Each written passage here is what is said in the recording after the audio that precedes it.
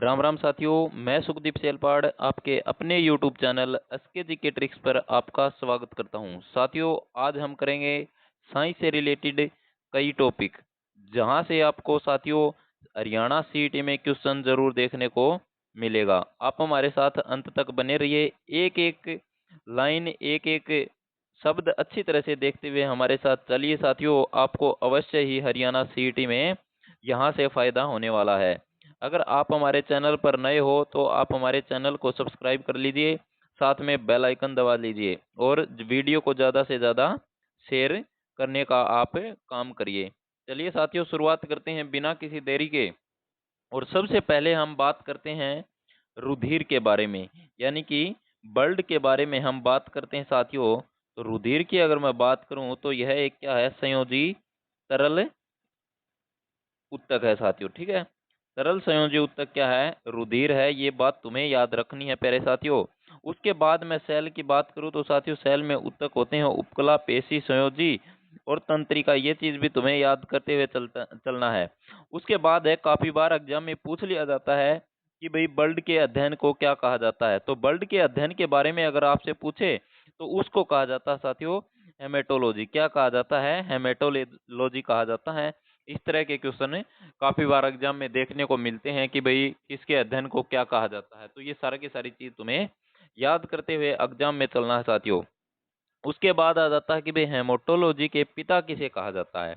तो हेमेटोलॉजी के पिता के बारे में मैं बात करूं तो उसको कहा जाता है साथियों विलियम हेवसन। कौन है भाई, विलियम हेवसन है साथियों, और ये यूके के हैं। ये बात भी तुम्हें याद रखनी है। ये बात आती है साथियों रुधिर का निर्माण। तो रुधिर का निर्माण होता है साथियों अस्थि मज्जा में। कहाँ होता है, अस्थि मज्जा में। ये अस्थि मज्जा की अगर मैं बात करूं तो साथियों एक होता है लाल अस्थि मज्जा, जिसको आरबीसी बोलते हैं, और एक है साथियों पीली अस्थि मज्जा या भाई सफेद अस्थि मज्जा, जिसको डब्ल्यूबीसी के नाम से भी हमें जान सकते हैं साथियों। उसके बाद बात करते हैं साथियों कौन सी कौन सी भ्रूणीय परत से रुधिर का निर्माण होता है। तो वो है साथियों मध्य परत, जिसको क्या कहा जाता है, मीजोड्रम कहा जाता है। क्या बोला जाता है उसको, मीजोड्रम। आपको क्या होता है साथियों, साइंस के जब क्वेश्चन पूछे जाते हैं तो आपको हिंदी के शब्द कम देखने को मिलते हैं, इंग्लिश के शब्द ज्यादा देखने को मिलते हैं। तो आपको क्या करना है साथियों, दोनों के दोनों चीज आपको ध्यान में रखना होता है। कई बार क्या होता है कि भाई जो हिंदी वाला सेक्शन होता है उसमें भी क्या होता है, मिजोड्रम लिखा आता है, इंग्लिश में होता है तो भी मिजोड्रम ही लिखा आता है। साइंस का इस तरह का मामला होता है। उसके बाद अगर मैं बात करूं तो साथियों मिजोड्रम होता है युग्मनज। युग्मनज होता है साथियों एक, और मेकला होता है साथियों 1 से 16 साथियों, और 1 से 15 साथियों, और बलास्तुला होता है, ये होता है 16 से 64, और गैस्तुला होता है साथियों, इसमें क्या होता है साथियों बाह्य परत होती है साथियों, आंतरिक होती है। ये सारा की सारी मेसड्रम भी होता है। ये सारा की सारी चीज तुम्हें याद करते हुए एग्जाम में चलना है प्यारे साथियों। ये हमारी एक रिवीजन क्लास है साथियों, तो इसमें हम जल्दी जल्दी सारा की सारी चीजें पढ़ने की कोशिश करेंगे। उसके बाद है साथियों मेजोड्रम शरीर में बनती हैं। आपसे पूछेगा भाई मेजोड्रम शरीर में बनाती हैं मतलब के चीज मेजोड्रम शरीर में बनाती हैं। तो साथियों रुधिर, हार्ट, त्वचा का निर्माण, ये सारा की सारी चीज कौन करता है, मेजोड्रम। उसके बाद है साथियों एंडोड्रम। एंडोड्रम शरीर में बनाती हैं तो ये साथियों पाचन तंत्र। क्या होता है, पाचन तंत्र। एक्टोड्रम है, ये क्या बनाती हैं, ये ग्रंथियां बनाती, क्या करती हैं, ग्रंथियां। उसके बाद है साथियों रुधिर का पीएच मान होता है। तो रुधिर के पीएच मान के बारे में अगर तुमसे पूछ ले कोई एग्जाम में तो साथियों 7.4 होता है, मतलब 7.4 होता है, 7.4 होता है साथियों। ये बात तुम्हें याद रखना है। कई बार एग्जाम में पूछ लिया जाता है कि भाई रक्त का या रुधिर का पीएच मान 7.4 होता है, तो यह किस प्रकार का होता है। तो रक्त होता है हमारा, ये किस प्रकार का होता है, ये क्षारीय होता है। अब बात आती है साथियों एक तो क्षारीय और एक अम्लीय और एक होता है साथियों उदासीन। इसके बारे में भी हम पढ़ेंगे। तो देखिए साथियों नीचे ये दे रखा है, ये होता है साथियों 0 से लेकर 14 तक। जहां से 0 से लेकर 7 तक होता है, यहाँ से यहाँ तक क्या होता है, ये होता है साथियों अम्लीय। क्या होता है, अम्लीय। और ये यहाँ से देखिए 7 से 14 तक होता है, 7 से 14 ये क्या होता है साथियों, ये होता है क्षारीय, क्षारीय होता है। लेकिन जो बीच में बच गया साथियों 7, ये 7 क्या होता है? 7 होता है साथियों उदासीन। क्या होता है? उदासीन। ये बात तुम्हें याद रखनी है। उसके बाद है भाई हमारे शरीर में रक्त की मात्रा कितनी होती है? तो हमारे शरीर में रक्त की मात्रा के बारे में अगर तुमसे कोई पूछ ले प्यारे साथियों, तो रक्त की जो मात्रा होती है वो होती है वो कितनी होती है? 5 से 6 लीटर। कितनी होती है साथियों? 5 से 6 लीटर होती है। ये सारा की सारी चीज तुम्हें याद करते हुए एग्जाम में चलना है। उसके बाद है साथियों कुल वजन का रुधिर कितना होता है? तो कुल वजन का 7% हो है। कितना हो भाई? 7% हो है। इस तरह के छोटे छोटे क्वेश्चन बनते हैं और आपको ध्यान में रखने होते हैं। उसके बाद हम बात करते हैं साथियों, जब हम रक्तदान करते हैं, क्या करते हैं? रक्तदान। रक्तदान अगर करते हैं साथियों, तो रक्तदान के दौरान कितनी यूनिट दान करते हैं? 1 यूनिट। 1 यूनिट। और 1 यूनिट किसके बराबर होती है? तो ये कितने बराबर होती है साथियों? 350 ml होता है साथियों। ठीक है। अगर साथियों इस क्लास की अगर आपको पीडीएफ चाहिए है या साइंस के पूरे नोट्स चाहिए आपको, तो इस नंबर पर आप पीडीएफ ले सकते हैं साथियों। पीडीएफ का कोई चार्ज नहीं रहेगा। या फिर साथियों हमारे टेलीग्राम ग्रुप से ले सकते हो। टेलीग्राम ग्रुप का जो लिंक है वो मैंने डिस्क्रिप्शन में दे रखा है। उसके बाद होता है फंक्शन ऑफ ब्लड, मतलब भाई रुधिर के कार्य। रुधिर के काम हो है भाई, उसके बारे में आप ये भी पढ़ांगे। तो शरीर का तापमान है वो नियंत्रित रखता है। वो कौन रखता है भाई? वो रुधिर रखता है भाई। मानव शरीर का तापमान कितना होता है? एक आसान सा क्वेश्चन आपके सामने आ जाए तो साथियों 37 डिग्री सेल्सियस या भाई 97.98 होता है साथियों। ये सारा की सारी चीज तुम्हें याद करते हुए एग्जाम में चलना है। उसके बाद है साथियों पोषक पदार्थों का स्थानांतरण कौन करा है? तो यो रुधिर करा है भाई। प्रतिरोधक शक्ति प्रदान कौन करता है? तो ये कौन करा है भाई? यो भी साथियों रुधिर करा है। कौन करा है? रुधिर करा है। यह सारा की सारी चीज तुम्हें याद रखनी है। उसके बाद है भाई हार्मोन का स्थानांतरण कौन करा है? तो रुधिर करता है। दवाइयों को एक ऑर्गन से दूसरे ऑर्गन तक ले जाने का काम भी कौन करा है? तो यो भी कौन करा है भाई? यो भी रुधिर का काम है। किसका काम है? रुधिर का एक काम है भाई। उसके बाद है भाई रुधिर के घटक। रुधिर के घटक यानी कि कंपोनेंट ऑफ ए ब्लड। तो इसकी बात करें तो साथियों इसमें होता है एक तो प्लाज्मा। क्या होता है? प्लाज्मा। और एक रक्त कोशिका। तो प्लाज्मा की अगर सबसे पहले मैं बात करूं आपसे, तो प्लाज्मा की बात करते हैं साथियों, यह रुधिर का तरल भाग होता है।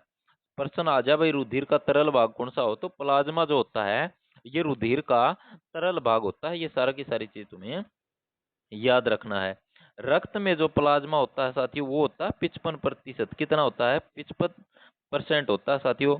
और यह किस रंग का होता है भाई? इसका रंग होता है ये हल्का पीला रंग का होता है। यह बात तुम्हें याद रखनी है प्यारे साथियों। किसा होता है? हल्का पीला रंग इसका होता है। उसके बाद मैं बात करूं साथियों, तो प्लाज्मा में जो पानी होता है, प्लाज्मा में जो पानी होता है साथियों, तो प्लाज्मा में जो पानी होता है वो कितना होता है? तो प्लाज्मा में पानी की मात्रा होती है भाई 90%। कितनी हो भाई? 90% प्लाज्मा में पानी की मात्रा हो है। यह बात हमने ध्यान में रखनी है। उसके बाद मैं बात करूं प्यारे साथियों, तो उसके बाद है भाई प्लाज्मा में प्रोटीन कितनी हो है? तो प्रोटीन तारा तुरा कोई पूछ ले कि भाई प्लाज्मा में प्रोटीन कितनी हो है, तो कितनी हो है भाई? 7% हो है भाई। कौन कौन सी हो भाई? एक तो है एल्बुमिन, एक हो है भाई ग्लोबुलिन, और एक हो है फाइब्रोनोजिन। तो ये प्रोटीन भी तुम्हें ध्यान में रखनी है। ऑप्शन में दे देगा निम्नलिखित में से कौन सी प्रोटीन प्लाज्मा में होती है। तो ये सारा की सारी चीज तुम्हें याद रखनी है। उसके बाद मैं बात करता हूँ साथियों रक्त कोशिका।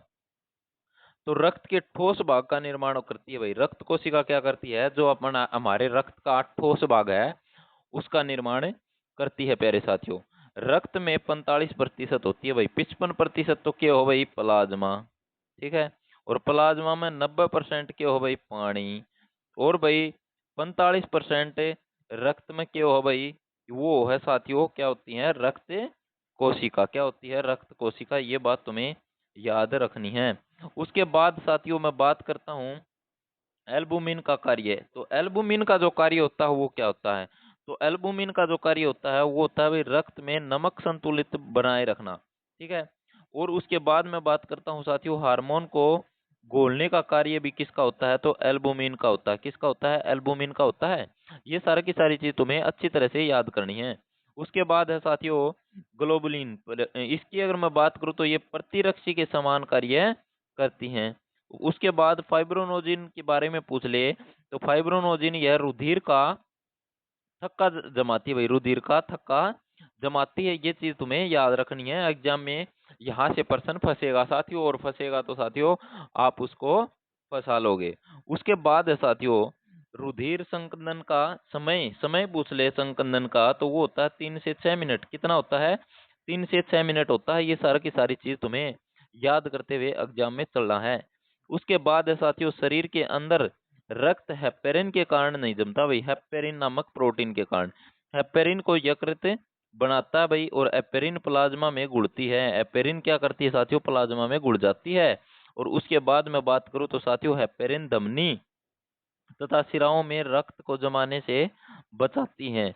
ये सारे की सारी चीज तुम्हें ध्यान रखते हुए एग्जाम में चलना है साथियों। कोई भी चीज आपकी छूटनी नहीं चाहिए। इस तरह से हम एक एक पॉइंट साथियों पढ़ते हुए यहाँ से चल रहे हैं। अगर आपने पीछे अच्छी तैयारी कर रखी है तो रिवीजन के लिए बेहतरीन क्लास आपके लिए मैं लेकर आया हूँ साथियों। और उसके बाद है साथियों रुधिर जमने की प्रक्रिया को क्या कहा जाता है, तो रुधिर जो जमने की जो प्रक्रिया है उसको क्या कहा जाता है, तो उसको कहा जाता है हेमोस्टेटिस। क्या कहा जाता है, हेमोस्टेटिस। चोट लगने पर रुधिर का थक्का जमना, ठीक है, इसको चोट लगने पर रुधिर का थक्का जमना भी इसको कहा जा सकता है। उसके बाद साथियों हेपेरिन की कमी होने पर थ्रोम्बोसिस होता है। क्या होता है भाई, थ्रोम्बोसिस हो जाता है। ये बात तुम्हें याद रखना है। थ्रोम्बोसिस होता क्या है, तो शरीर के अंदर रक्त का जमना। तार तो सीधी सी बात न्यू पूछ लेगा, शरीर के अंदर रक्त का थक्का जमना क्या कहा जाता है, तो उसको क्या कहा जा भाई, उसको कहा जाता है थ्रोम्बोसिस। क्या कहा जाता है, थ्रोम्बोसिस कहा जाता है। उसके बाद मैं बात करूं तो उसके बाद आगे पढ़ते हैं। आगे है भाई सीरस।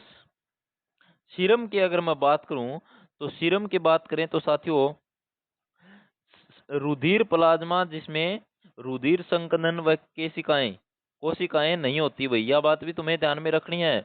उसके बाद है साथियों यहाँ से बेहतरीन टॉपिक, और यहाँ से प्रश्न आपके एग्जाम में पूछा ही पूछा जाता है। तो यहाँ से भी क्वेश्चन सारे के सारे लपेटने का हम काम करेंगे।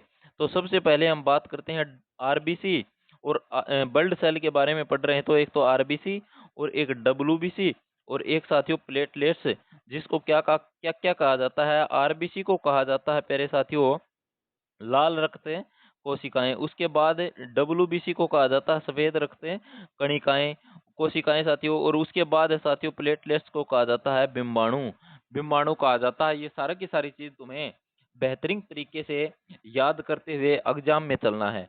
उसके बाद हम सबसे पहले पढ़ते हैं किसको, आरबीसी को। आरबीसी के बारे में एक एक चीज हम लपेटने का काम करेंगे, और वो सारी की सारी चीज हम लपेट देंगे साथियों जो एग्जाम में पूछी जाएंगी। तो आरबीसी की अगर मैं बात करूं तुमसे, किसकी हुई, आरबीसी की।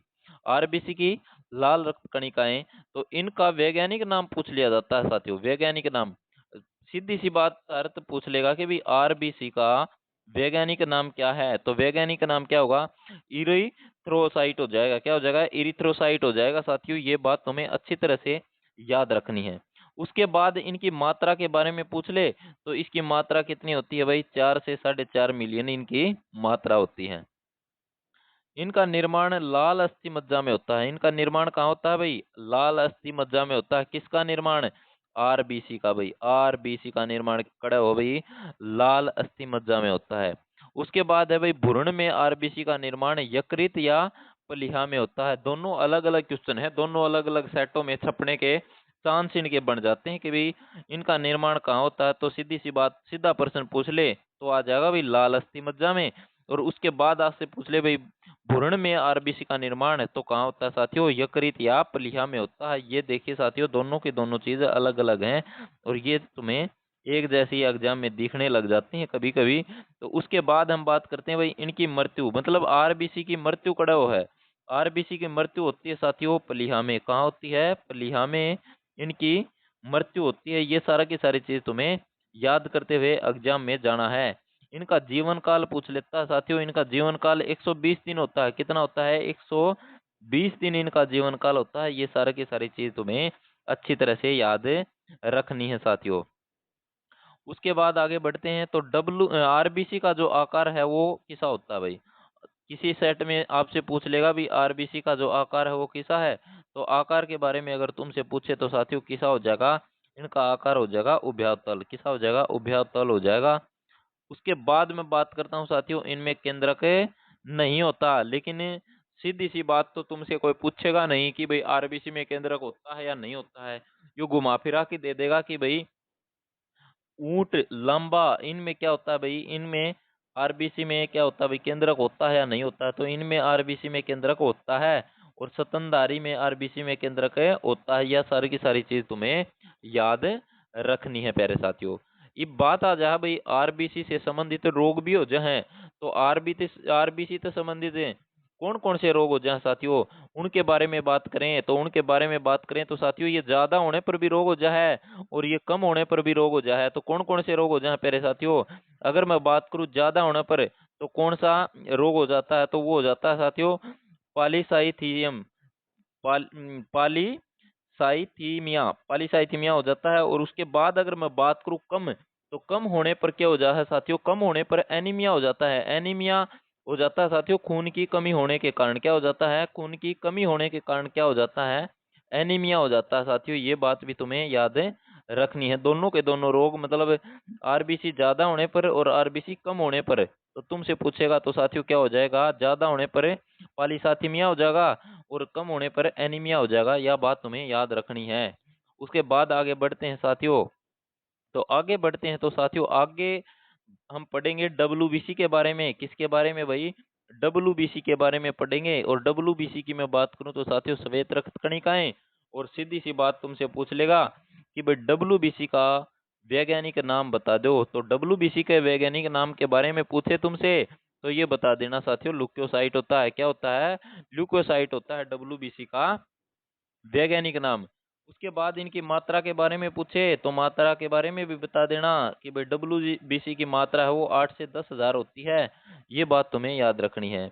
उसके बाद तुमसे पूछेगा भाई डब्ल्यूबीसी का निर्माण सफेद या पीली अस्थि मज्जा में होता है। ये बात हम ऊपर भी पढ़ चुके हैं जब हमने क्लास शुरुआत करी थी। तो तीसरा या चौथा पॉइंट इसी के बारे में था। ये बात भी तुम्हें अच्छी तरह से याद रखनी है। उसके बाद तुमसे पूछेगा इनका जीवन काल, तो जीवन काल के बारे में भी घबराना मत साथियों। 2 से 3 दिन का इनका क्या हो जाता है? 2 से 4 दिन, 2 से 4 दिन का इनका जीवन काल हो जाता है। और आरबीसी का जीवन काल हमने पढ़ा था 120 दिन साथियों। कितना पढ़ा था? 120 दिन आरबीसी के जीवन काल के बारे में हमने पढ़ा था। ये सारा की सारी चीज तुम्हें अच्छी तरह से याद रखनी है।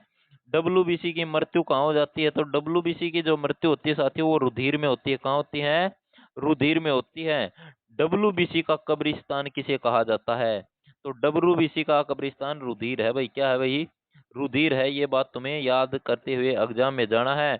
और ये सारा की सारी चीज एग्जाम में से पहले तुम देख कर जा रहे हो, तो यहाँ से साइंस का जो भी एग्जाम में प्रश्न बचेगा तो उसको आप आसानी से सोल्व कर दोगे साथियों। उसके बाद है साथियों डब्ल्यूबीसी का आकार, तो अनिश्चित आकार होता है इनका।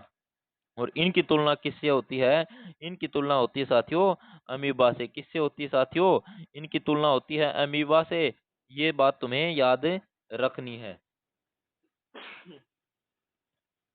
उसके बाद है साथियों आगे, तो आगे मैं बात करूं तो साथियों डब्ल्यूबीसी से संबंधित भी रोग, तो रोग इनकी संबंध डब्ल्यूबीसी से संबंधित कौन कौन से रोग हो जाते हैं इनके बारे में भी तुम्हें पता होना चाहिए। तो पता होना चाहिए तो साथियों अभी बता देते हैं। ज्यादा होने पर कौन सा रोग हो जाए और कम होने पर कौन सा रोग हो जाए। तो कम होने पर कौन सा हो जाएगा भाई? कम होने पर हो जाएगा साथियों ल्यूकेपेनिया। क्या हो जाएगा? ल्यूकेपेनिया। और प्रतिरोधक शक्ति कम हो जाएगा भाई इसमें। रोग प्रतिरोधक क्षमता क्या हो जाती है? कम हो जाती है। और ज्यादा होने पर क्या हो जाता है साथियों? ल्यूकेमिया हो जाता है। कौन सा हो जाता है? ल्यूकेमिया, यानी कि ब्लड कैंसर के चांस हो जाते हैं इसमें। उसके बाद साथियों आगे बढ़ते हैं और आगे है साथियों टाइप ऑफ डब्ल्यूबीसी। डब्ल्यूबीसी के प्रकार के बारे में बताते हैं अब आपको। डब्ल्यूबीसी के जो प्रकार हैं उनके बारे में। तो एक तो साथियों क्या होता है? कणिकामय। और एक हो जाता है साथियों अकणिकामय। इसकी मैं बात करूं तो साथियों ये कौन से प्रकार के होते हैं, न्यूट्रोफिल्स, एसिनोफिल्स, और ये कौन सा हो जाता है साथियों, बेसोफिल्स। और इसकी अगर मैं बात करूं साथियों तो ये कौन से प्रकार के हो जाते हैं, तो मोनोसाइट और लिम्फोसाइट। मोनोसाइट और लिम्फोसाइट के बारे में तुमसे जरूर पूछेगा। लिम्फोसाइट की अगर मैं बात करूं तो साथियों ये क्या है, ये छोटी डब्ल्यूबीसी है साथियों। और मोनोसाइट की अगर मैं बात करूं तो ये सबसे बड़ी डब्ल्यूबीसी है। ये चीज तुम्हें याद रखना है, एग्जाम में पूछ लेगा निम्न में से कौन सी डब्ल्यूबीसी बड़ी है, तो मोनोसाइट है वो सबसे बड़ी है, और लिम्फोसाइट है ये साथियों सबसे छोटी है। ये बात तुम्हें याद रखनी है। उसके बाद आगे बढ़ते हैं साथियों। आगे देखिए साथियों, डब्ल्यूबीसी घाव भरने में सहायक होता है। डब्ल्यूबीसी होता है, ये क्या होता है, घाव भरने में सहायक होता है। वैक्सीन, टीका मोनोसाइट व लिम्फोसाइट पर ही काम करता है। किस पर काम कर रहा है प्यारे साथियों, अगर कोई वैक्सीन लग गया है तो वैक्सीन क्या पर काम कर रहा है, तो वो साथियों मोनोसाइट या लिम्फोसाइट पर ही काम करता है। ये सारा की सारी चीज तुम्हें अच्छी तरह से याद करनी है साथियों। और अगर आप ये सारा की सारी चीज तुम्हें अच्छी तरह से याद हो जाएंगी तो एग्जाम में आप कभी भी मार नहीं खाओगे। उसके बाद है साथियों, डब्ल्यू डब्ल्यूबीसी को शरीर का सैनिक कहते हैं। क्या कहते हैं भाई, डब्ल्यूबीसी को शरीर का सैनिक कहते हैं। इस तरह के प्रश्न बन जाते हैं, तो इस तरह के प्रश्न बन जाएंगे तो तुम कर भी दोगे। तो हमने पढ़ लिया साथियों आरबीसी, डब्ल्यूबीसी। अब बात आ जाती है साथियों प्लेटलेट्स की, इसके बारे में भी हम पढ़ेंगे। बात आती है साथियों प्लेटलेट्स को बिंबाणु कहते हैं। और इसका वैज्ञानिक नाम के बारे में तुमसे कोई पूछे तो इसका वैज्ञानिक नाम क्या हो जाता है, तो इसका वैज्ञानिक नाम हो जाता है साथियों थ्रोम्बोसाइट। क्या हो जाता है, थ्रोम्बोसाइट। ये सारा की सारी चीज तुम्हें अच्छी तरह से याद भी रखनी है।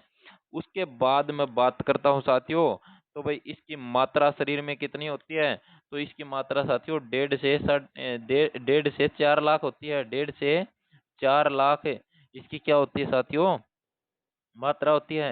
इसका जीवन काल पूछ ले भाई, बिंबाणु यानी कि प्लेटलेट्स का जीवन काल कितना होता है, तो इसका 5 से 9 दिन का इनका जीवन काल है। यह बात भी तुम्हें याद रखनी है। इनका निर्माण साथियों अस्थि मज्जा में होता है। इनका निर्माण कहाँ होता है, तो इनका निर्माण अस्थि मज्जा में होता है। इनका आकार किसा हुआ है भाई, प्लेट नुमा हुआ है। जिस तरह इसका नाम किसा है भाई, प्लेट बर्गाय है, तो प्लेट बर्गाय इसका आकार हो जाएगा। ये सारा की सारी चीज तुम्हें याद रखनी है प्यारे साथियों। उसके बाद हम बात करते हैं साथियों प्लेटलेट्स का कार्य। रुधिर का थक्का जमाना होता है भाई। रुधिर संकंदन के कार्य के बारे में अगर हम बात करें तो प्रोटीन, विटामिन, धातु, क्या भाई रुधिर कोशिका। प्रोटीन की अगर हम बात करें तो साथियों कौन सा होता है, तो ये होता है साथियों प्रिबोनोजिन। और विटामिन की अगर हम बात करें तो विटामिन के प्यारे साथियों। और धातु यानी कि मेटल की अगर हम बात करें तो कैल्शियम है। और रुधिर की कोशिका की अगर हम बात करें तो साथियों प्लेटलेट्स। ये सारी की सारी चीज तुम्हें याद रखनी है। और हम पढ़ेंगे साथियों विटामिन के बारे में भी, क्योंकि विटामिन के बारे में साथियों काफी बार एग्जाम में प्रश्न पूछे जाते हैं। विटामिन की अगर मैं बात करूं तो विटामिन की खोज किसने करी थी साथियों, तो सी फंक ने विटामिन की खोज करी थी साथियों। याद नहीं रहा तो किस तरह याद रखोगे भाई, विटामिन ली और विटामिन लेंदी अपना पांख जाम गई भाई, पांख से फंक याद कर लियो भाई। तो ये सारी की सारी चीज हम विटामिन का टॉपिक में भी कवर करेंगे। और आज ही मैं कोशिश करूंगा आपको विटामिन भी पूरी पढ़ाने की। उसके बाद है साथियों हीमोलो हीमोग्लोबिन। हीमोग्लोबिन के बारे में मैं बात करूं तो हीमोग्लोबिन की खोज किसने करी थी, तो ये किसने करी थी भाई, ये सेलर ने करी थी भाई। सेलर ने करी थी, केचुए के रक्त में करी थी प्यारे साथियों। यह भी तुम्हें याद रखना है। और यह रुधिर को लाल रंग देता है भाई। रुधिर को लाल रंग कौन दे है, तो कौन देता है भाई, हीमोग्लोबिन देता है प्यारे साथियों। हीमोग्लोबिन की अगर हम बात करें तो साथियों ये दो शब्द होते हैं, एक तो हेमो और एक होता है साथियों ग्लोबिन। हीमो का मतलब साथियों आयरन यानी कि लाल, और साथियों ग्लोबिन जो प्रोटीन है साथियों वो भी लाल। ये सारी की सारी चीज तुम्हें याद रखनी है।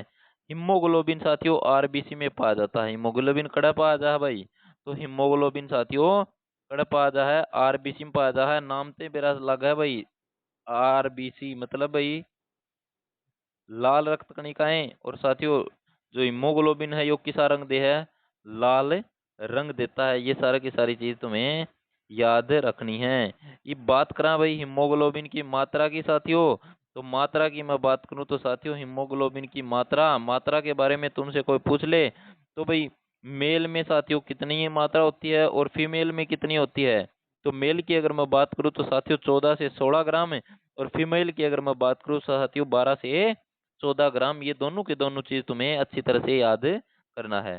हीमोग्लोबिन रुधिर में क्या करता है साथियों, ऑक्सीजन को जोड़ता है भाई। हीमोग्लोबिन है ये हमारे रुधिर में ऑक्सीजन को जोड़ता है। ये सारी की सारी चीज तुम्हें याद रखना है। अगर साथियों O2 प्लस हीमोग्लोबिन हो जाता है तो ये क्या हो जाता है, ये शुद्ध रक्त हो जाता है। क्या हो जाता है, शुद्ध रक्त। और अशुद्ध रक्त के बारे में पूछ ले तो साथियों CO2 और प्लस हीमोग्लोबिन, ये सारा की सारी चीज तुम्हें याद रखनी है प्यारे साथियों। ऑक्सीजन और कार्बन डाइऑक्साइड की बात करें तो साथियों ऑक्सीजन में होगी साथियों वो शुद्ध रक्त होगा, और कार्बन डाइऑक्साइड होगी तो साथियों अशुद्ध रक्त होगा। ये तुम्हें बात याद रखनी है। उसके बाद आगे बढ़ते हैं साथियों।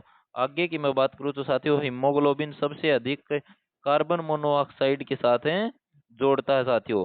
कार्बन मोनोऑक्साइड गैस सबसे अधिक घुलती है। ये सारा की सारी चीज तुम्हें याद रखनी है। उसके बाद मैं बात करूं प्यारे साथियों तो उसके बाद है कि भी कार्बन मोनोऑक्साइड गैस में दम घोटू है भाई। गैस है दम घोटी है। कार्बन मोनोऑक्साइड गैस किस प्रकार की है, तो दम घोटू है। आपसे पूछ लेगा एग्जाम में निम्न में से कौन सी गैस दम घोटू है, तो साथियों कौन सी हो जाएगी, कार्बन मोनोऑक्साइड गैस है वो दम घोटू हो जाएगी। ये सारी की सारी चीज तुम्हें याद रखनी है। उसके बाद आगे बढ़ते हैं साथियों। तो हीमोग्लोबिन दूसरे नंबर का ऑक्सीजन के साथ जुड़ता है। हीमोग्लोबिन दूसरे नंबर पर ऑक्सीजन के साथ जुड़ा है, यह बात भी तुम्हें याद रखनी है।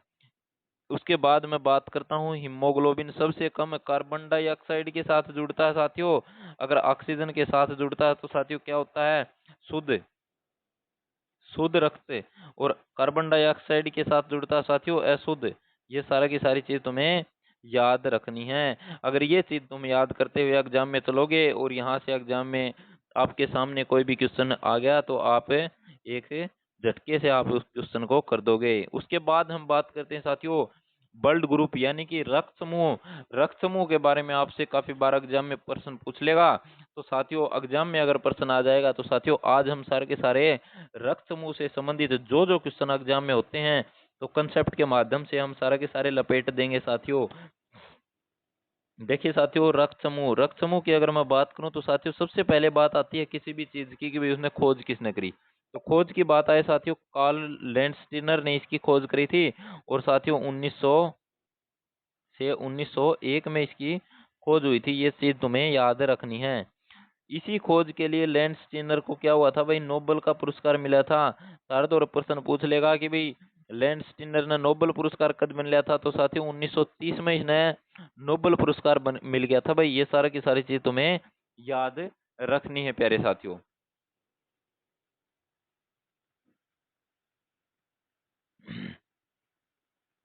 उसके बाद है साथियों कुल रुधिर समूह। कुल रुधिर समूह तंत्र कितने होते हैं, तो वो होते हैं साथियों 55। कितने होते हैं, 55। मानव में जो ये कौन सा समूह तंत्र होता है, ये होता है साथियों ABO। ABO। और यहीं से हमारे एग्जाम में क्वेश्चन पूछे जाते हैं।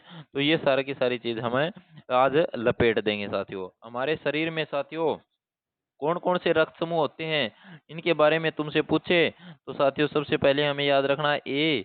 उसके बाद बी ग्रुप होता है, ए बी होता है साथियों, और ओ ब्लड ग्रुप होता है। ये हमारे शरीर में ब्लड ग्रुप होते हैं प्यारे साथियों।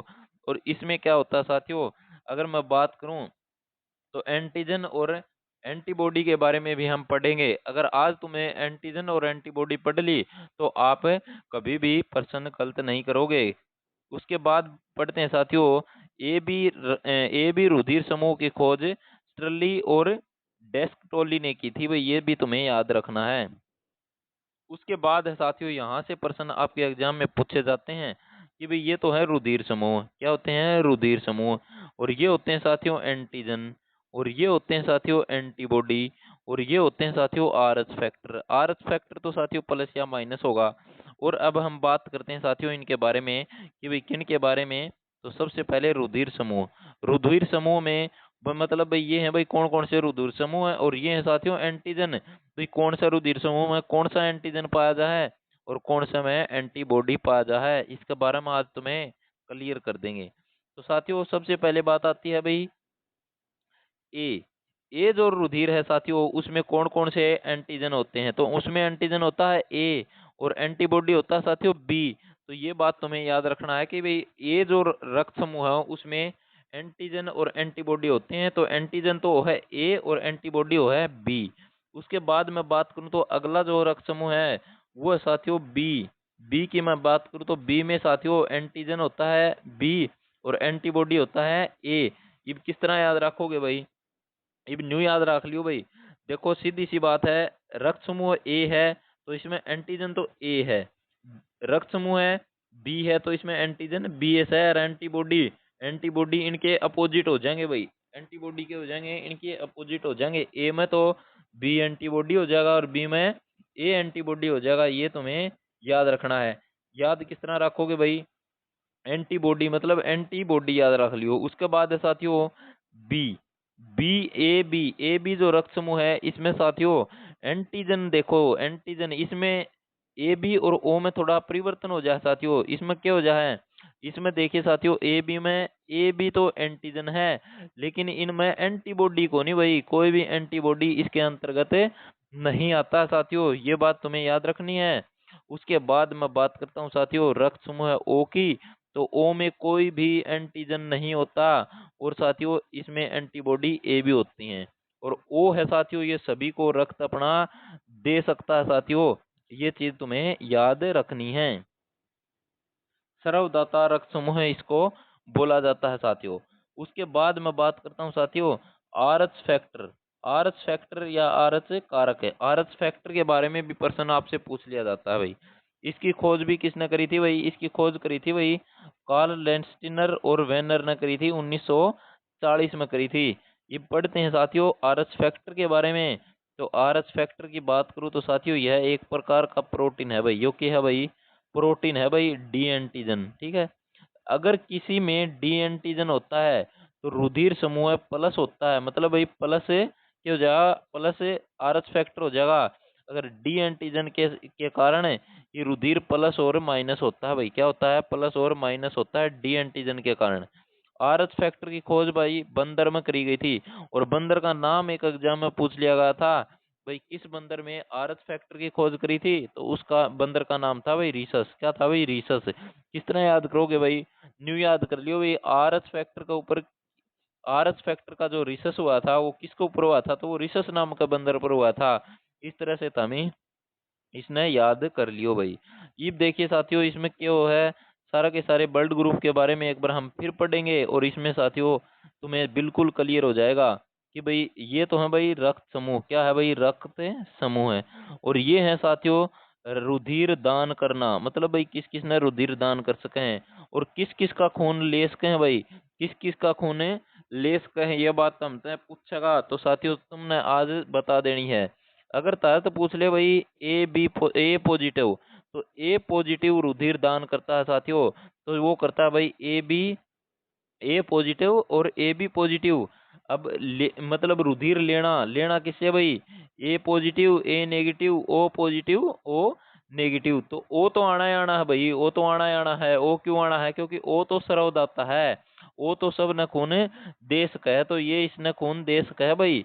तो याद रख लेना। एक तो साथियों क्या हो जाएगा ए बी क्या हो जाएगा भाई, ए बी पॉजिटिव है यो भाई, क्या हो जाएगा ए बी पॉजिटिव रुधिर दान कर सका है भाई किस ताई भाई, ए बी ताई भाई, और ले किस का सका है, ये सारी की सारी तुम्हें देख सकते हैं।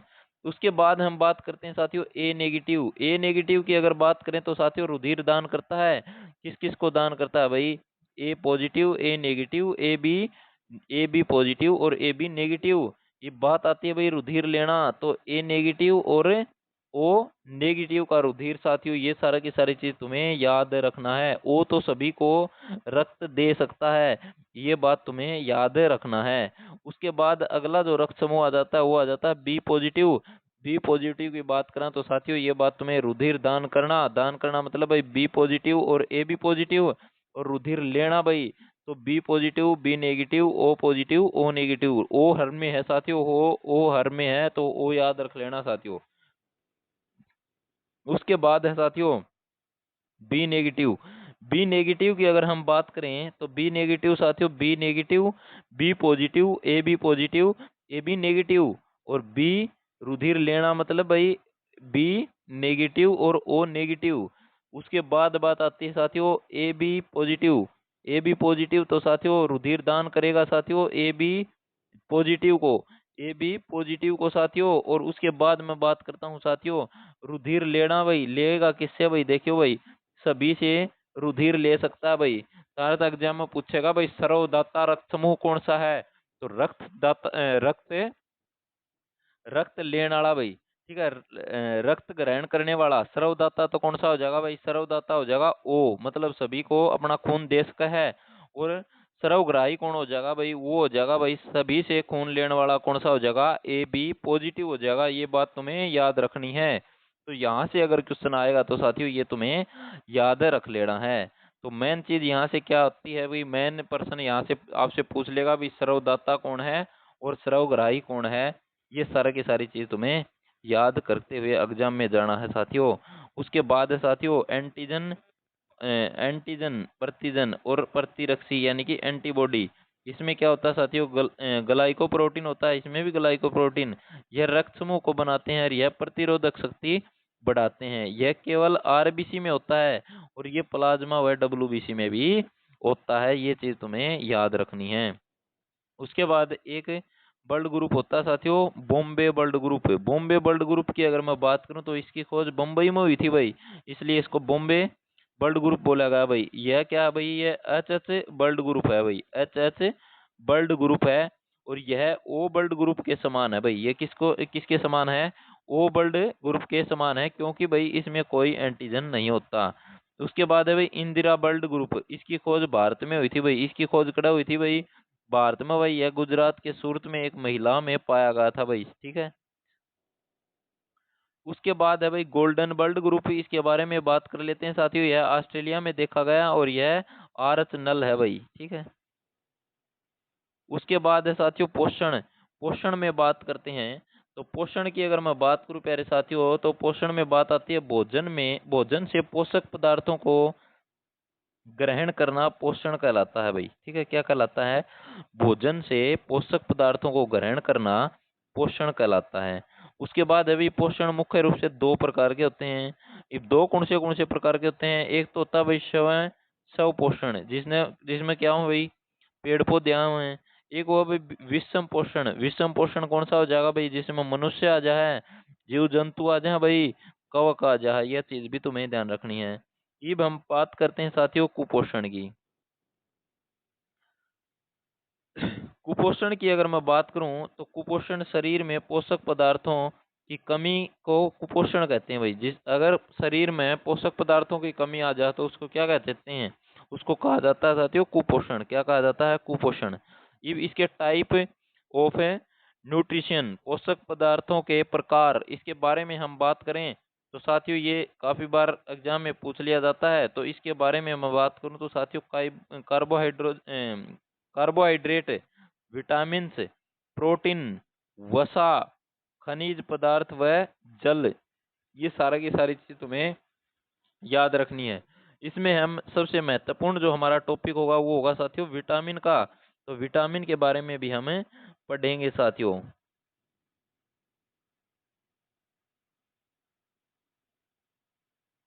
कार्बोहाइड्रेट के प्रकार के बारे में अगर एग्जाम में पूछ ले साथियों तो ये भी आपको देखते हुए चलना है।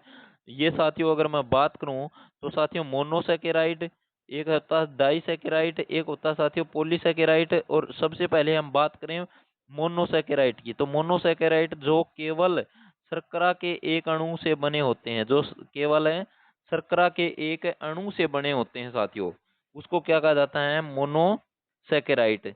उसके बाद मैं बात करता हूँ साथियों कार्बोहाइड्रेट के बीच, कार्बोहाइड्रेट के अंदर ग्लाइकोसिडिक बंद होते हैं भाई। कौन से बंद होते हैं, ग्लाइकोसिडिक बंद। इनका स्वाद पूछ ले तो स्वाद हो भाई मीठा। यह पानी में घुल जाते हैं भाई, पानी में घुल जाते हैं। उदाहरण है भाई इसका ग्लूकोज हो गया भाई, गैलेक्टोज हो गया, फ्रैक्टोज हो गया, ये सारी की सारी चीज तुम्हें याद रखती हैं साथियों। अब हम बात करते हैं साथियों इसमें ग्लूकोज की। ग्लूकोज, इसको साथियों रुधिर शर्करा भी कहा जाता है। रुधिर शर्करा किसे कहा जाता है? तो ग्लूकोज को रुधिर शर्करा के रूप में जाना जाता है। उसके बाद मैं बात करता हूँ साथियों फ्रक्टोज की। तो फ्रक्टोज साथियों यह फलों में पाई जाने वाली शर्करा है। अर्थ प्रश्न पूछ लेगा फलों में पाई जाने वाली निम्नलिखित में से कौन सी शर्करा है? तो साथियों फड़ान के बोला जा है फ्रूट, और नाम के साथ फ्रूट वर्गा है फ्रक्टोज। इस डाढ़ता में इसने याद कर सको हो। प्राकृतिक रूप से सबसे मीठी शर्करा, तो प्राकृतिक रूप से सबसे मीठी शर्करा भी कौन सी है? तो फ्रक्टोज है भाई। किस तरह भाई? क्योंकि भाई पेड़ पौधे हैं भाई, तो ये प्राकृति हैं भाई, प्रकृति के अंदर होते हैं, तो प्रकृति के अंदर हो तो भी इनका है तो या मीठी शर्करा है साथियों, या प्राकृतिक रूप से मीठी है भाई। इस तरह से तुम्हें याद कर लेना। कृत्रिम शर्करा के बारे में पूछे तो साथियों क्या हो जाएगा? तो ये हो जाएगा साथियों अस्पर्टेम। क्या हो जाएगा? अस्पर्टेम। उसके बाद है भाई ग्लैक्टोज। ग्लैक्टोज के बारे में अगर बात आ जाए तो यह मुक्त अवस्था में नहीं होती भाई, यह मुक्त अवस्था में नहीं होती, यह दूध सूखे मेवे में होती है। उसके बाद है साथियों इसको मस्तिष्क की शर्करा भी कहा जाता है। इसको मस्तिष्क की शर्करा भी कहा जाता है, ये चीज तुम्हें याद रखनी है। उसके बाद है भाई डाइसैकेराइड। डाइसैकेराइड की अगर बात करें तो साथियों यह शर्करा के 2 से 10 अणु से मिलकर बने होते हैं भाई, यह चीज तुम्हें ध्यान रखनी है। इनका स्वाद पूछ ले तो स्वाद किसा हो भाई? स्वाद हो भाई मीठा। इनका स्वाद किसा हो है? तो इनका स्वाद के बारे में तार दो कोई पूछ ले तो स्वाद इनका हो भाई मीठा। उसके बाद मैं बात करूं प्यारे साथियों, ये जल में घुलनशील होते हैं भाई।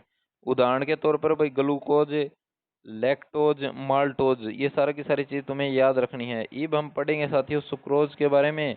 सुक्रोज की अगर मैं बात करूं तो साथियों इसको क्या कहा जाता है? कैन शुगर भी बोलते हैं भाई। यह गन्ने में होता है भाई। इसको भाई टेबल शुगर भी कहते हैं, मतलब भाई चीनी। यह शहद में भी होता है भाई सुक्रोज। ये सीधे सीधे प्रश्न बन जाएंगे भाई कि भाई शहद में क्या हो भाई? सुक्रोज हो है भाई। ग्लूकोज व फ्रक्टोज से मिलकर बने होते हैं भाई क्या? सुक्रोज। न्यू पूछ लिया भाई सुक्रोज क्या तो बनोड़े हुए हैं, तो ग्लूकोज और फ्रुक्टोज तो बनोड़े के हुए हैं सुक्रोज हो भाई, ये चीज तुम्हें याद रखनी है। उसके बाद लैक्टोज। लैक्टोज साथियों ये दूध में होता है, और ग्लूकोज ग्लूकोजटोज से बने होते हैं भाई, ये चीज तुम्हें याद रखनी है। उसके बाद बात करते हैं साथियों माल्टोज। माल्टोज साथियों अनाज में होता है भाई। ये सीधे सीधे प्रश्न तो तारण देखने मिल जाएंगे भाई। सीधी की सीधी बात तारा तो पूछ लेगा भाई अनाज में क्या होता है? तो माल्टोज अनाज में होता है भाई। उसके बाद माल्टोज किस में होता है? इस तरह का उदाहरण देके भी पूछ लेगा भाई। यह ग्लूकोज और ग्लूकोज से मिलकर बना होता है भाई। ग्लूकोज और ग्लूकोज से मिलकर बना होता है, यह क्या होता है भाई? माल्टोज। यह चीज तरह याद रह जाएगी भाई, बिल्कुल रह जाएगी भाई। उसके बाद है साथियों पॉलीसेकेराइड।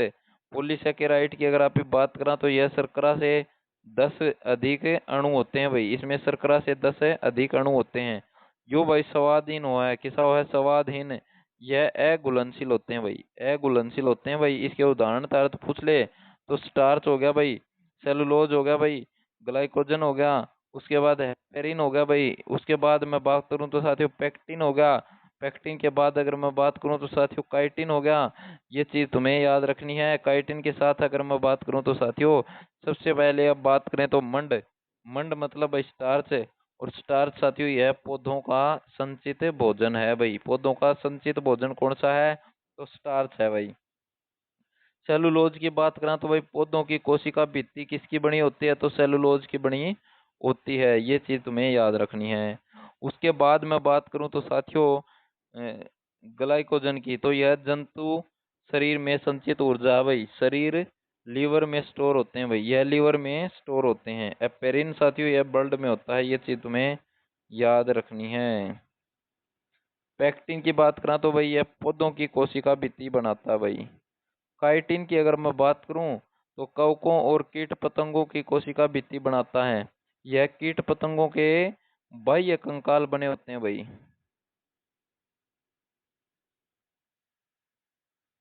उसके बाद साथियों एक महत्वपूर्ण टॉपिक है, और यो वो टॉपिक है भाई जड़त है प्रश्न पूछा है, पूछा जा भाई, बिल्कुल पूछा जा है भाई। आड़त प्रश्न है, यह चीज तामीन बिल्कुल ध्यान में रखनी है। प्रश्न के पूछ लेगा भाई, सबसे पहले विटामिन के बारे में पूछ लेगा।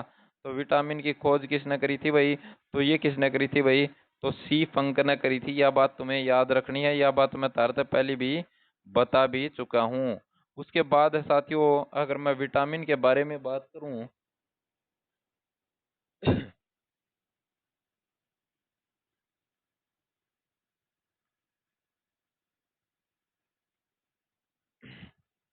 विटामिन के बारे में अगर हम पढ़ें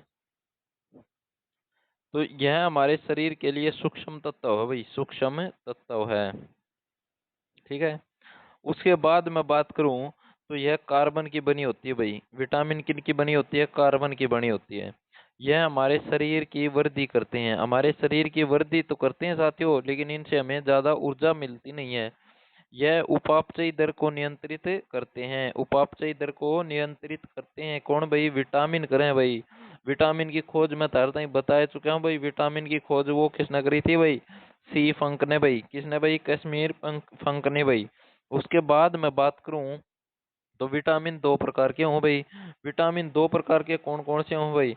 तो एक तो विटामिन हो भाई जल में घुलनशील, वाटर सोलुबल होते हैं, और एक होते हैं साथियों फैट सोल्यूबल, मतलब भाई वसा में घुलनशील। अब सीधी सी तामीन बात बताऊं, तारत प्रश्न पूछ लेगा अपने निम्नलिखित में से कौन सा जल में घुलनशील है और कौन सा विटामिन है इसमें अपना भाई वसा में घुलनशील है। तो किस तरह याद रखोगे? याद रखने की तामीन ट्रिक बताऊं तो ट्रिक तारे याद रह जाएगी भाई। एक तो हमने याद रखना है बी सी, बी और सी। ये विटामिन बी और सी जल में कितने नाम हो भाई? दो नाम हो, जल है और बी सी भाई, दो विटामिन हो गए ना भाई, बी सी। तो उसके बाद फैट सोलुबल, फैट सोलुबल मतलब भाई वसा में घुलनशील है। तो तामी याद रख लेना भाई के ई डी ए, के ई डी ए याद रख लेना साथियों, के ई डी ए। तो इससे किस तरह याद रखो भाई? के ई डी ए। तो इसने तमी कीड़ा समझ लो भाई, क्या समझ लो? कीड़ा, कीड़ा है ना भाई। कीड़ा तमी पानी में गिर के देख लियो भाई, पानी में जमा भी कौन गुड़ा है भाई। तो तामिन दिमाग में एक इमेज बनानी है भाई, कीड़ा पानी में, तो आप इन गिर के देख लिया कौन ही गुड़दा। तो वसा में यो जरूर है गुड़दा होगा भाई। तो विटामिन बी और सी हैं ये पानी में घुलनशील हैं, और के ई डी ए ये सारा की सारी किसमें घुलनशील हैं भाई? ये है भाई वसा में घुलनशील। यह चीज तारे याद रहनी चाहिए भाई। ठीक है। इनके रासायनिक नामों के बारे में भी पढ़ेंगे साथियों, और इसके साथ साथ मैं बात करूं तारते हैं तो इनके बारे में हम पढ़ेंगे साथियों भी कौन सी की कमी से कौन सा रोग हो जा है। तो उसके बाद है साथियों, ये चीज मैं बता चुका हूँ भाई, विटामिन दो प्रकार के होते हैं, ये चीज हमने पढ़ ली। ये पढ़े हैं साथियों विटामिन जो वसा में घुलनशील हैं। तो सबसे पहले बात आती है विटामिन विटामिन के की। तो विटामिन के का रासायनिक नाम पूछ लिया जाए तो साथियों क्या हो जाएगा? फ्लोक्विनोन। क्या हो जाएगा? फ्लोक्विनोन। ये चीज तुम्हें याद रखनी है। तारद और पूछेगा विटामिन के का रासायनिक नाम क्या है, तो तामी बता दियो भाई, क्या हो जाएगा? फ्लोक्विनोन। याद रख लोगे भाई? बिल्कुल रख लोगे भाई। उसके बाद अभी इसका अन्य नाम, इसका अन्य नाम पूछे तारद है तो अन्य नाम भी पढ़ लो भाई। रुधिर संकंदन विटामिन, हिमोफिलिक विटामिन। ठीक है। कमी से कौन सा रोग हो जाता है भाई? रुधिर का थक्का नहीं जमता। सीधा सा प्रश्न आ जाएगा, निम्नलिखित में से किस विटामिन की कमी से रुधिर का थक्का नहीं जमता? तो वह विटामिन हो जाएगी विटामिन के ऑप्शन में ना पाओ तो तारा दो रासायनिक नाम भी पूछ सका है, तो फिलोक्विनोन भी याद रख लियो भाई।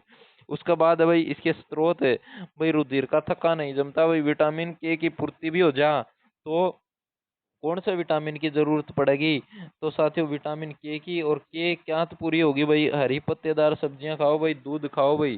ठीक है। मांस में भी ये होता है भाई। उसके बाद मैं बात करता हूँ विटामिन ई। तो विटामिन ई की मैं बात करूँ तो इसका रासायनिक नाम तारदोर पूछा है, तो रासायनिक नाम बता दो भाई। टोकोफेरोल। क्या हो जाएगा? टोकोफेरोल। इसकी मैं बात करूं तो इसके साथियों इस एक एग्जाम में पूछा था भाई, ब्यूटी विटामिन किसे कहा जाता है? तो ब्यूटी विटामिन विटामिन ई को कहा जाता है। ये बात तुम्हें याद रखनी है। और साथियों अगर मैं बात करूं इसकी कमितर रोग, तो कमितर रोग हो जाएंगे भाई नपुंसकता। क्या हो जाएगा भाई? नपुंसकता हो जाएगा। इसमें बांझपन भी हो जाए, बाल झड़ने लग जाए भाई, और त्वचा से संबंधित रोग हैं वह क्या तो हो जाए भाई? वह विटामिन ई के कारण हो जाते हैं, इनकी कमी हो जाती है। तो साथियों विटामिन ई की कमी हो जाती है तो ये सारे के सारे रोग हो जाते हैं। यह चीज तुम्हें याद रखनी है।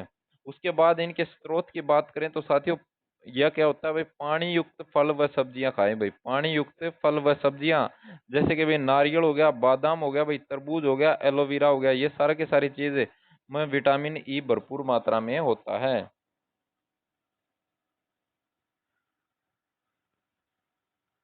उसके बाद विटामिन आ जाता है साथियों विटामिन डी। विटामिन डी साथियों, विटामिन डी की अगर मैं बात करूं तो इसका रासायनिक नाम होता है कैल्सीफेरोल। ये बात तार तो मैं बताऊं सीधी सी याद करने वाली, तो वो है भाई कैल्सीफेरोल। कैल्सीफेरोल किस तरह याद रखोगे भाई, कैल्सीफेरोल इसमें देखो भाई कैल्शियम से का जिक्र हो रहा है भाई, क्या जिक्र हो रहा है, कैल्शियम का। तो कैल्शियम का अगर जिक्र हो रहा है तो भाई यह किससे संबंधित है भाई, या भाई अपने हड्डियों से संबंधित है भाई। तो विटामिन की अगर मैं बात करूं तो इसका अन्य नाम है साथियों धूप से मिलने वाली विटामिन और हार्मोन विटामिन है भैया। कौन सी है भाई, धूप से मिलने वाली विटामिन है और हार्मोन विटामिन है भाई। उसके बाद मैं बात करूं इनकी कमी से होने वाला रोग, तो इसकी कमी से जो होने वाला रोग है वो कौन सा हो जाएगा, तो वो हो जाएगा भाई रिकेटस। और यो हो जाएगा भाई रिकेटस जिन्हें सूखा रोग भी कहते हैं। और यो है भाई बड़काम किस्म है भाई, बच्चों में हो जाए भाई। और मैं बात करूं तो साथियों ओस्टियोमलेशिया, तो ओस्टियोमलेशिया अगर मैं बात करूं तो ये वयस्कों में हो जाता है साथियों, किस में हो जाता है, ये वयस्कों में हो जाता है साथियों, ये चीज तुम्हें याद रखनी है। ये मैं बात करूं तो साथियों इसका स्रोत है, तो स्रोत की अगर मैं बात करूं तो सनलाइट, यानी कि भाई सूर्य प्रकाश से ये हमें प्राप्त होती है। उसके बाद मैं बात करूं तो साथियों दूध में, मांस में, हरी सब्जियों में, अंडों में और मछलियों में भाई साथियों, ये कौन सी विटामिन है, तो विटामिन डी। विटामिन डी का अगर मैं बात करूं तो साथियों ये साथियों कैल्सीफेरोलिन का क्या है, रासायनिक नाम है। हड्डियों से संबंधित रोग इनकी कमी से हो जाते हैं। उसके बाद है साथियों vitamin A. Vitamin A, vitamin A की अगर मैं बात करूं तो इसका रासायनिक नाम क्या होगा भाई, विटामिन ए का रासायनिक नाम है भाई रेटिनोल। क्या होगा भाई, रेटिनोल। ये देखो भाई यो किससे मिलता जुलता लगा है, यो लगा है भाई रेटिना से। रेटिना तो मिलता जुलता शब्द है ना भाई यो, तो रेटिना तो मिलता जुलता शब्द है, तो भाई आँखों से संबंधित है भाई। आंखों से संबंधित रोग किसकी कमी तो हो जाते हैं, तो वो विटामिन ए की कमी तो हो जाए। और इसने क्या कहें भाई, इसका अन्य नाम की अगर मैं बात करूं तो साथियों गुड फॉर आई। क्या भाई, गुड फॉर आई मतलब भाई आंखों के लिए अच्छा विटामिन होता है। और कमी से साथियों कौन कौन से रोग हो जाते हैं, तो कमी तो हो जाते हैं साथियों नाइट ब्लाइंडनेस मतलब रतौंधी, रतौंधी। उसके बाद मैं बात करूं तो साथियों कम प्रकाश में, कम प्रकाश हो जाए तो रतौंधी में भाई दिखा कौन, इसने अंधरत्ता भी कह देते हैं भाई, क्या कह देते हैं इसको, अंधरत्ता। उसके बाद है साथियों यूरोपैथेलमिया, जिसको सूक्ष्मता रोग कह जाते हैं। ये भाई आंखों में धब्बे हो जाते हैं, क्या हो जाता है भाई, आंखों में धब्बे। ये साथियों इसमें मैं बात करूं तो साथियों आंख के बारे में, तो साथियों एक तो होता है कौन सेल और एक होता है रेड सेल। कौन सेल की अगर मैं बात करूं तो ये होता है भाई प्रकाश में देखने की क्षमता। और कौन सेल की मैं बात करूं तो रंगों की पहचान। साथियों ये सारी की सारी चीज तुम्हें याद रखनी है। उसके बाद मैं बात करूं तो साथियों जो विटामिन ए है यह विटामिन यकृत में संचित होती है भाई, क्या में संचित हो है भैया, या यकृत में संचित हो है, या चेतावनी याद रखनी है। इसके स्रोत की अगर बात करें तो साथियों गाजर में, दूध में, मांस में और कोड फिश में, पीले व नारंगी फलों में ये भरपूर मात्रा में होते हैं। ये चीज तुम्हें याद रखनी है। उसके बाद है साथियों जल में जो घुलनशील विटामिन है यानी कि वाटर सोलुबल जो विटामिन है उनके बारे में। तो वाटर सोलुबल विटामिन है भाई बी कॉम्प्लेक्स, बी कॉम्प्लेक्स में B vitamin, vitamin B 2, vitamin B 3, B 5, B 6, B 7, B 9 और बी 12। ये बात करते हैं साथियों विटामिन बी 1 की, तो विटामिन बी 1 इसका रासायनिक नाम है भाई थायमिन। क्या है भाई, थायमिन इसका रासायनिक नाम होगा। ये चीज तुम्हें अच्छी तरह से याद रखनी है।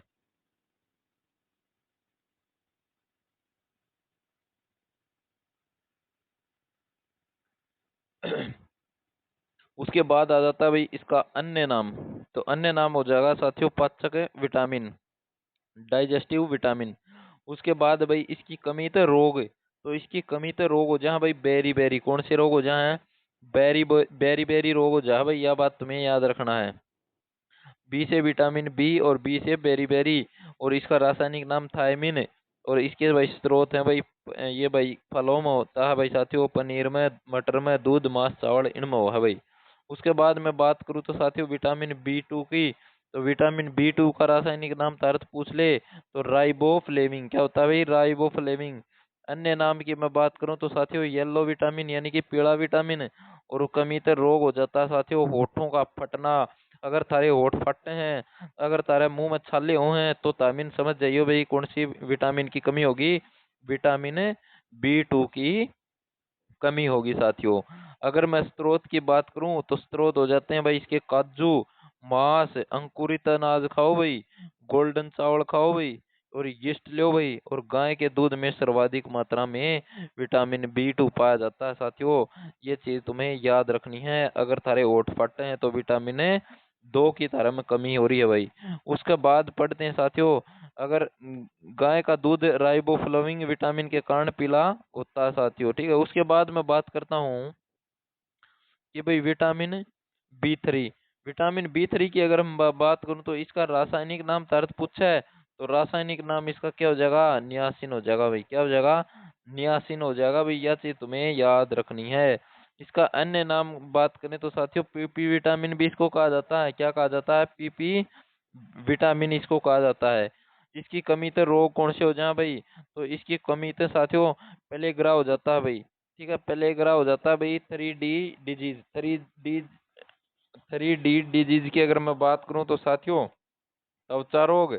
उसके बाद मैं बात करूं तो साथियों डायरिया। उसके बाद मैं बात करूं तो साथियों मृत्यु भी हो जाती है भाई।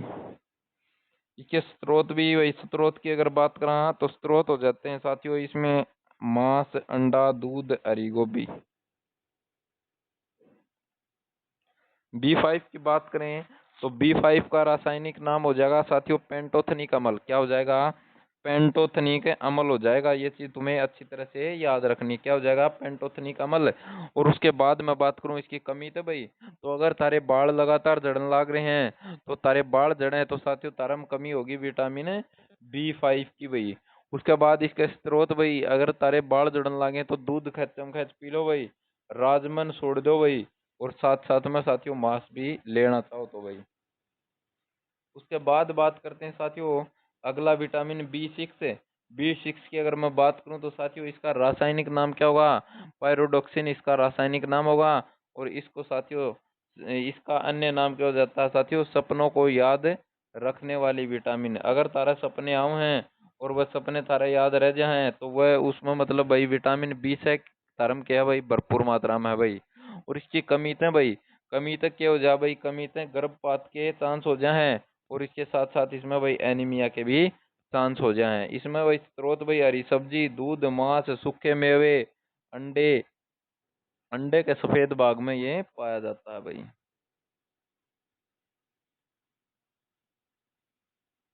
उसके बाद मैं बात करूं प्यारे साथियों, अंडे में कौन सा विटामिन नहीं होता भाई? अंडे में विटामिन C को नहीं हो भाई। उसके बाद विटामिन बी 7। विटामिन बी 7 की अगर मैं बात करूं तो इसका रासायनिक नाम हो जाएगा भाई बायोटीन। क्या हो जाएगा? बायोटीन। इसका अन्य नाम साथियों एच विटामिन है। तो तारत पूछ ले भाई एच विटामिन किसे कहा जाता है? तो बी 7 को ही एच विटामिन कहा जाता है साथियों। और इसकी कमी तो रोग है, कमी तो रोग हो जाए भाई, त्वचा से संबंधित रोग हो जाते हैं, बाल झड़न लग जाए भाई विटामिन बी 7 की वजह से भी। और इसके स्रोत कौन से हैं भाई? इसके स्रोत हो जाते हैं भाई टर्की, मांस, अंडा, दूध। ये सारा की सारी चीजें लोगे तो भाई तारा में विटामिन बी 7 भरपूर मात्रा में हो जाएगा भाई। उसका बाद है भाई विटामिन बी 9। विटामिन बी 9 की अगर आप बात करा तो विटामिन बी 9 का रासायनिक नाम क्या हो जाएगा? तो फोलिक एसिड भाई, मेथेनोइक एसिड। कमी तो रोग हो जाएगा भाई। इसमें क्या हो जाएगा भाई? इसमें एनीमिया हो जाएगा भाई। क्या हो जाएगा? एनीमिया हो जाएगा। आरबीसी का फटना शुरू हो जाएंगी भाई। आरबीसी की क्या हो जाएंगी भाई? फटनी शुरू हो जाएगी भाई। आरबीसी फटनी शुरू हो जाएंगी भाई। विटामिन बी 9 की कमी से आरबीसी क्या हो जाएंगी भाई? फटनी शुरू हो जाएंगी। उसके बाद है भाई इसके स्रोत, स्रोत है भाई हरी सब्जी खाते रहो, अनार खा लो भाई, अमरूद खा लो, टर्की, दूध, इनमें क्या हुआ भाई? विटामिन बी 9 हुआ भाई। उसके बाद मैं बात करूँ विटामिन बी 12। विटामिन बी 12 का रासायनिक नाम कोबालामिन होता है भाई। क्या हो जाता है? कोबालामिन। उसके बाद इसका अन्य नाम साथियों, अन्य नाम ब्लू विटामिन साथियों, साइनोकोबालामिन इसका अन्य नाम भी हो जाता है साथियों। उसके बाद भाई इसकी कमी तो रोग हो जाते हैं परनीशियस या एनीमिया, गर्भवती महिलाओं में ये रोग होते हैं। इसके स्रोत है भाई जो विटामिन उपरलम है, भाई विटामिन उपरलम है।